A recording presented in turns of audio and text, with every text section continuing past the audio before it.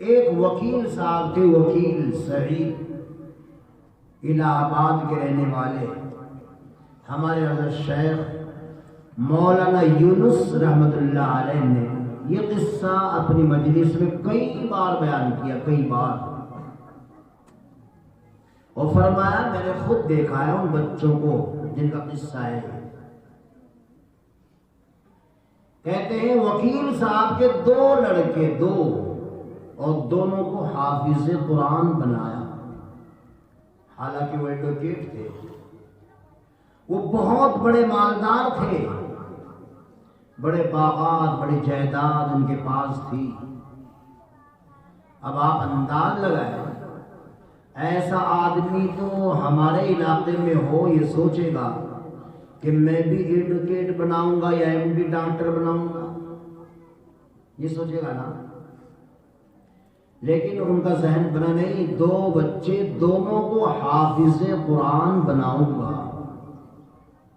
بہت بڑے مالدار، شاید یہاں کوئی اتنا بڑا مالدار ہو، کوئی نہیں ہوں گے۔ تو